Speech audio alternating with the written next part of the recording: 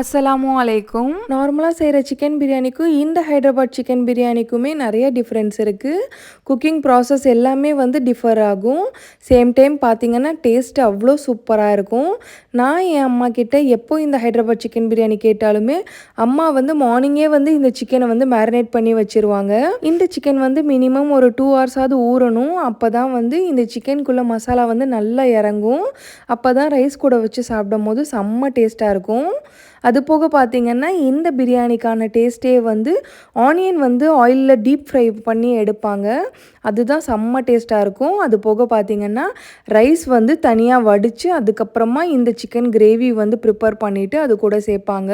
Taste அவ்வளோ சூப்பராக இருக்கும். இந்த ரெசிபியை லாங் வீடியோவாக அப்லோட் பண்ணுறேன், மறக்காமல் செக் பண்ணிக்கோங்க. நெக்ஸ்ட் வீடியோவில் பிரியாணி எப்படி வந்துச்சு அப்படிங்கிறத பார்க்கலாம். இன்றைக்கான வீடியோ இதுதான். நெக்ஸ்ட் இன்ட்ரெஸ்டிங்கான வீடியோவில் மீட் பண்ணுறேன். பாய்.